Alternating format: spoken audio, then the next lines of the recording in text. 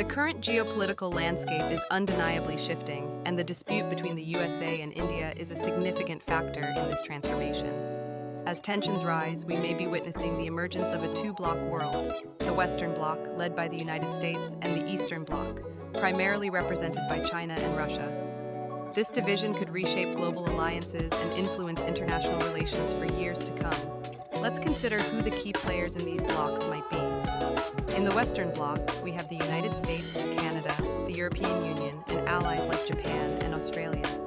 These nations share democratic values and economic interests, often collaborating on security and trade. On the other side, the Eastern Bloc is likely to be dominated by China and Russia, with countries like Iran, North Korea, and potentially even some nations in Africa and Latin America aligning with them. This division could lead to a stark contrast in ideologies and governance styles, creating a world that is increasingly polarized. Now, why might this two-bloc world be inevitable? First, the rise of nationalism and protectionism in many countries is pushing them to prioritize their own interests over global cooperation.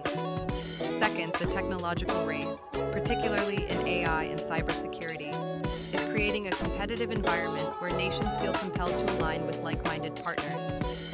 Third, economic dependencies are shifting, with countries like India caught in the middle, having to choose sides based on trade and investment opportunities. Fourth, military posturing is escalating, with both blocs enhancing their defense capabilities, making confrontation more likely. Finally, historical grievances and rivalries are resurfacing, fueling distrust and animosity between nations. However, this division must be avoided for the sake of world peace and progress. First, a two-bloc world could lead to increased conflict, as nations may feel compelled to engage in military confrontations to assert their dominance.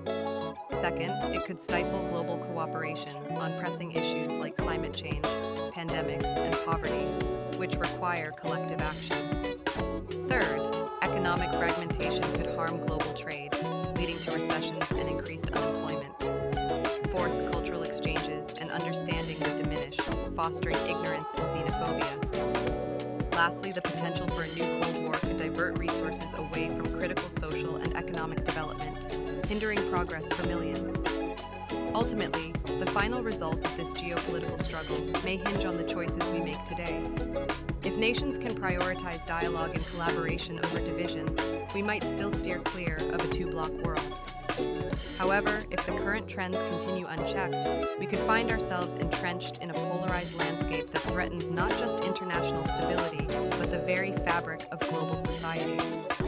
The path forward is fraught with challenges, but the potential for unity and progress remains within our grasp.